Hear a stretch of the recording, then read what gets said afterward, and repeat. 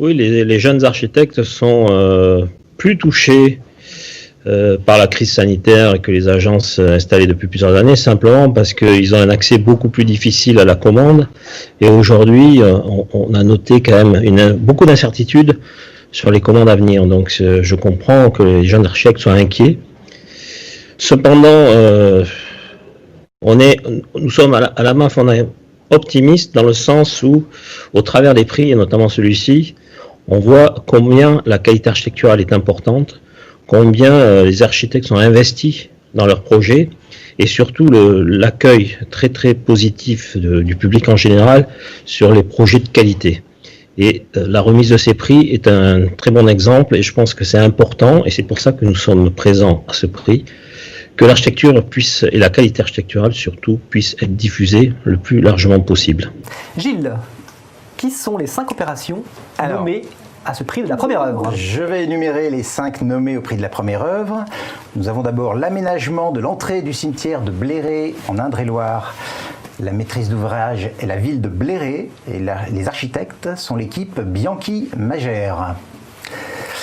Nous avons aussi la surélévation d'une maison individuelle à Clamart dans les Hauts-de-Seine. La maîtrise d'ouvrage est une maîtrise d'ouvrage privée. Les architectes, l'office Muto. La halle de marché à Fontaine, dans la banlieue de Grenoble, en Isère. La maîtrise d'ouvrage est la ville de Fontaine. Les architectes sont TKMT. Ensuite, 6 logements participatifs à Romainville, en Seine-Saint-Denis, dans le nord-est de Paris, dans la banlieue parisienne. La maîtrise d'ouvrage, c'est de l'autopromotion. Les architectes sont l'atelier de l'Ourcq. Et 56 chambres en colocation et un espace de coworking à Paris, dans le 15e arrondissement. La maîtrise d'ouvrage est Taxitis. Les architectes sont Red Architectes. Alors, pour dévoiler le lauréat du prix de la première œuvre, je remercie Pierre Dufour, membre du jury et lauréat lui-même de la première œuvre 2019, de nous avoir rejoints sur ce plateau. Pierre, je vous laisse annoncer l'équipe lauréate de ce prix de la première œuvre 2020. C'est un peu moins formel que d'habitude, cela dit, il y a un papier quand même. Donc j'ouvre le papier du lauréat de la première œuvre de cette année. Et c'est 6 logements participatifs à Romainville, Seine-Saint-Denis, maîtrise d'ouvrage autopromotion, architecte atelier de l'Ourcq. Alors, est-ce que nous sommes en lien avec le lauréat? Félix Mull, bonsoir. Félicitations. C'est une opération originale puisque c'est de l'autopromotion portée par 6 familles, dont la vôtre.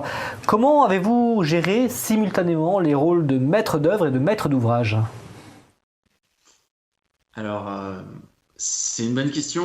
Je pense que je l'ai bien géré, mais je ne suis pas le seul responsable. Je dirais que les maîtres d'ouvrage, c'est-à-dire l'ensemble des 6 familles, sont largement responsables du fait que tout s'est plutôt bien passé. Alors, non sans difficulté, hein, bien entendu, mais c'est aussi ça qui fait le sel de notre métier.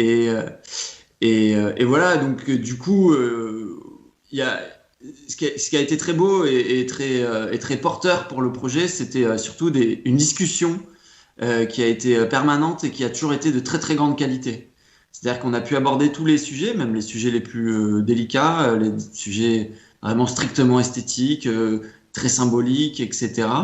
Et toutes ces questions qui sont d'habitude, on va dire, réservées à l'architecte, en fait, elles ont été intégrées par tous et tout le monde a participé pleinement au projet. Donc c'est vraiment une œuvre qui est totalement partagée. Juste en quelques mots, vous habitez du coup dans cette première œuvre. Comment vit-on, comment vivez-vous avec vos voisins du coup depuis votre emménagement? Oui, je vis dans cet endroit, bien entendu, et en fait, ce qui est assez génial, c'est que ça vit très très bien. C'est-à-dire que toutes ces questions qui ont été au centre de nos attentions pendant 4, presque 5 longues années quand même, c'est un long processus. En fait, la configuration fonctionne, c'est-à-dire qu'on a une vie collective qui est vraiment dynamique, qui est riche de plein de rencontres imprévues, qui permettent de régler des petits problèmes, de se motiver sur des projets, etc. Et en même temps, il y a vraiment la possibilité aussi de se retirer chez soi, comment dire, de se retirer du groupe, quoi, et vivre une vie, on va dire, plus dans l'intimité, quoi, d'une certaine manière, qu'elle soit personnelle ou familiale. Donc il y a une vie collective qui fonctionne remarquablement bien et qui crée encore de nouveaux projets finalement, puisque c'est un peu un processus sans fin. Très bien, merci beaucoup Félix et encore bravo pour ce prix de la première œuvre. Bravo à tous ceux qui m'ont accompagné et surtout toutes ces familles, toutes ces personnes formidables avec qui j'habite aujourd'hui, mais avec qui on a vécu une expérience exceptionnelle. Merci beaucoup et bonne soirée. Merci encore.